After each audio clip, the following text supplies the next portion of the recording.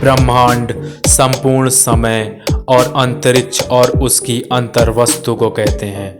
ब्रह्मांड में सभी ग्रह, तारे, गैलेक्सियां, खगोलीय पिंड, गैलेक्सियों के बीच के अंतरिक्ष की अंतर्वस्तु, अपारमाणविक और सारा पदार्थ और सारी ऊर्जा सम्मिलित है, जबकि पूरे ब्रह्मांड का स्थानिक आकार अज्ञात है।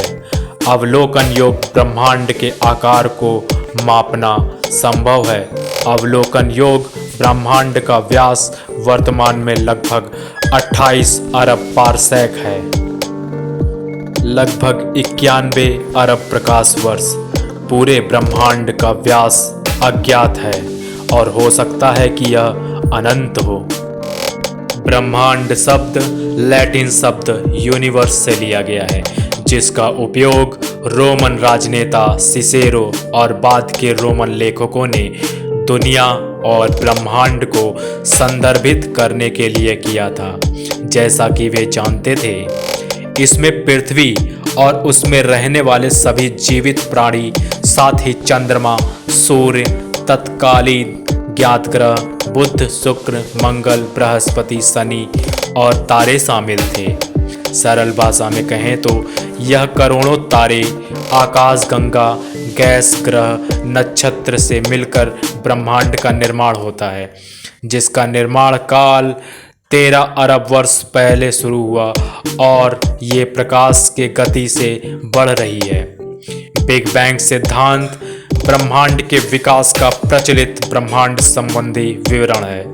इस सिद्धांत के अनुसार अंतरिक्ष और समय 13 अरब वर्ष पहले लगभग एक साथ उभरा और तब से ब्रह्मांड का विस्तार हो रहा है, जबकि पूरे ब्रह्मांड का स्थानिक आकार अज्ञात है। अवलोकन योग्य ब्रह्मांड के आकार को मापना संभव है, जो वर्तमान से लगभग 13 अरब प्रकाश वर्ष व्यास का है। ब्रह्मांड के सबसे पुराने ब्रह्मांड संबंधी मॉडल प्राचीन यूनानी और भारतीय दार्शनिकों द्वारा विकसित किए गए थे और भू केंद्रित थे, जो पृथ्वी को केंद्र में रखते थे। सदियों से अधिक सटीक खगोलीय अवलोकनों ने निकोलस कोपरनिकस को सौरमंडल के केंद्र में सूर्य के साथ सूर्य केंद्रित मॉडल विकसित करने के लिए प्रेरित किया। सार्वभौमिक गुरुत्वाकर्षण के नियम को विकसित करने में आइजैक न्यूटन ने कोपरनिकस के काम के साथ साथ जोहान्स केपलर के ग्रहों की गति के नियमों और टाइको बाहे द्वारा टिप्पणियों पर बनाया। आगे अवलोकन संबंधी सुधारों ने यह महसूस किया कि सूर्य आकाशगंगा में कुछ 100 अरब सितारों में से एक है, जो ब्रह्मांड में कुछ 100 अरब आकाशगंगाओं में से एक है। आकाशगंगा के कई तारों में ग्रह होते हैं। सबसे बड़े पैमाने पर आकाशगंगाओं को समान रूप से और सभी दिशाओं में समान रूप से वितरित किया जाता है, जिसका अर्थ है कि ब्रह्मांड का न तो कोई किनारा है और न ही कोई केंद्र है।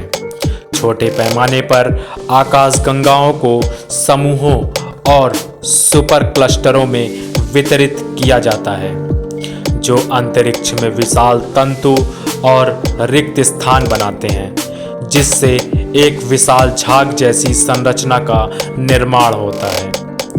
20वीं सदी की शुरुआत में हुई खोजों ने सुझाव दिया है कि ब्रह्मांड की शुरुआत हुई थी और तब से अंतरिक्ष का विस्तार हो रहा है, एक बढ़ती हुई दर से। बिग बैंग सिद्धांत के अनुसार ब्रह्मांड के विस्तार के रूप में शुरू में मौजूद ऊर्जा और पदार्थ कम घने हो गए हैं। लगभग 20 से 32 सेकंड में मुद्रास्फीति युग नामक प्रारंभिक त्वरित विस्तार के बाद और 4 ज्ञात मौलिक बलों के अलगाव के बाद ब्रह्मांड धीरे धीरे ठंडा हो गया और विस्तार करना जारी रखा, जिससे पहले उप परमाणु, कणों और सरल परमाणुओं को बनाने की इजाज़त मिली। डार्क मैटर धीरे धीरे इकट्ठा हो गया, जिससे गुरुत्वाकर्षण के प्रभाव में फिलामेंट्स और वायर्स की फोम जैसी संरचना बन गई। हाइड्रोजन और हीलियम के विशाल बादल धीरे धीरे उन जगहों की ओर खींचे चले गए जहां डार्क मैटर सबसे अधिक सघन था, जिससे पहले आकाशगंगाएं, तारे और आज दिखाई देने वाली हर चीज़ का निर्माण हुआ। अगर आपने अभी तक हमारे चैनल ज्ञान आरोग्य चैरिटेबल ट्रस्ट को सब्सक्राइब नहीं किया है तो जल्द से जल्द सब्सक्राइब कर दें, ताकि आने वाली वीडियो आपको जल्द से जल्द मिल सके और नोटिफिकेशन तुरंत प्राप्त हो सके।